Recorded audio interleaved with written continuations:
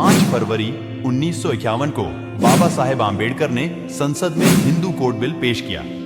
इसका मकसद महिलाओं को सामाजिक शोषण से आजाद कराना और पुरुषों के बराबर अधिकार दिलाना था। महिला सशक्तिकरण की दिशा में इस ऐतिहासिक कदम से आज शायद बहुत कम लड़कियां परिचित होंगी। इसी बिल में महिला सशक्तिकरण की असली व्याख्या है।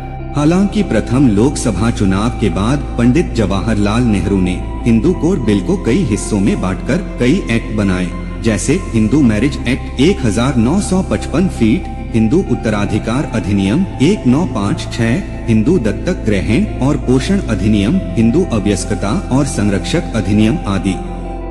भारत की स्वतंत्रता के साथ ही महिलाओं को वोट देने का अधिकार पुरुषों के समान प्राप्त हुआ, लेकिन उन्हें संपत्ति, विवाह और सामाजिक स्वतंत्रता से जुड़े कई मुद्दों पर अधिकार नहीं थे।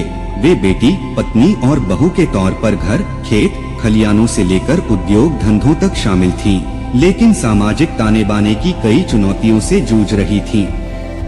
सर्वोच्च न्यायालय के निर्णय के अनुसार महिला को पिता की संपत्ति में संयुक्त उत्तराधिकारी होने का अधिकार जन्म से ही प्राप्त है। हिंदू कोड बिल महिलाओं की समाज आर्थिक दशा में सुधार करके उन्हें तरक्की और कामयाबी से जोड़ता था। हिंदू कोड बिल संसद में पास न करा पाने से अंबेडकर बहुत दुखी थे। उनका मानना था कि संविधान लिखने से भी ज्यादा खुशी उन्हें हिंदू कोड बिल पास होने से होती। यद्यपि हिंदू कोड बिल को कई टुकड़ों में बांटकर कई एक्ट पारित किए गए, लेकिन उनकी प्रभाविकता काफी हद तक कम हो गई। निश्चित तौर पर ये कानून महिलाओं की स्थिति समाज में बेहतर करने में सहायक बने, जिनसे आगे की राह भी आसान हुई है।